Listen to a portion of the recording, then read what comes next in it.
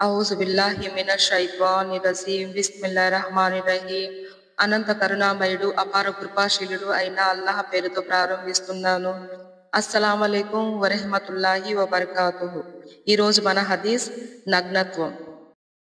దైవ ప్రవక్త మహనీయులు సల్లల్లాహు అలైహి వసల్లం గారు ఇలా సెలవిచ్చినట్లు ఉమ్మే సల్మా రజల్లాహు తఆలా అన్హా గారు తెలిపారు.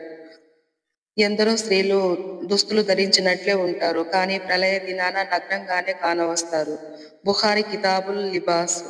వివరణ: స్త్రీలు అర్ధనగ్న వస్త్రధారణ చేయడం వల్ల, పల్చని బిగుతైన దుస్తులు ధరించడం వల్ల వారి శరీరంలో అంగాంగాలు కానవస్తూ ఉంటాయి. నీతి బాహ్యమైన నేటి నాగరికతలో స్త్రీలు ఫ్యాషన్ పట్ల చూపుతున్న ఆసక్తి వల్ల వారి స్త్రీతత్వమే నశించిపోతుంది. స్త్రీకి స్త్రీల సంతతి అయిన సిగ్గు, బిడియం, లజ్జ, అభిమానం లాంటి సద్గుణాలు అంతరించిపోతాయి. అంతేకాదు, నాగరికత మరీ పెరిగి లైలాన్ వంటి పల్చని వస్త్రాలు తయారు చేసి లజ్జా విహీనాన్ని వ్యాపింపచేస్తుంది. కానీ ఇస్లాం దృష్టిలో నైతికపు విలువలే అత్యంత ప్రధానమైనవి.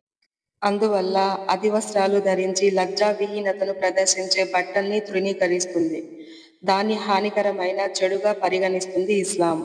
ఇలాంటి బట్టలు తొడిగితే మహిళలు నిజానికి నగ్నాన్నే కోరుకుంటారు, అంటే నగ్నత్వాన్నే కోరుకుంటారు. కాబట్టి ప్రళయ దినాన వారికి బట్టలు దొరకవు. నౌజుబిల్లా. అటువంటి వారు నగ్నంగా ఉండే శిక్షకు పాత్రులవుతారు.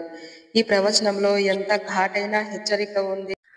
దివ్య ఖురాన్లో సూరా నెంబర్ 24 ఆయత్ నెంబర్ 31లో ఇలా ఉంది: విశ్వసించిన మహిళలు తమ అందాన్ని ప్రదర్శించకుండా తమ తల కొండలను ఛాతీపై వేసుకుంటారు, అంటే దుపట్టా, బుర్ఖా, హిజాబ్. ఇవి బలవంతం కాదు, కానీ అల్లాహ్ ఆజ్ఞను పాటించడంలో భాగం. ఇందులో మహిమ, రక్షణ, గౌరవం ఉంది. సుబ్హానల్లాహ్. బుర్కా, హిజాబ్లు ధరిస్తే మహిళలను ఇస్లాం తక్కువ చూడడం అని కాదు, వారి గౌరవాన్ని పెంచడం, రక్షించడం, సురక్షితంగా ఉంచడమే ఇస్లాం యొక్క లక్షణం. సుబ్హానల్లాహ్. అల్లాహ్ సుబ్హానహు తఆలా నాకు మరియు మీకు బుర్కా మరియు హిజాబ్ ధరించే మంచి సద్గుణాన్ని ఇవ్వుగాక. ఆమీన్ యా రబ్బుల్ ఆలమీన్. అస్సలాము అలైకుం వరహ్మతుల్లాహి వబర్కాతుహు.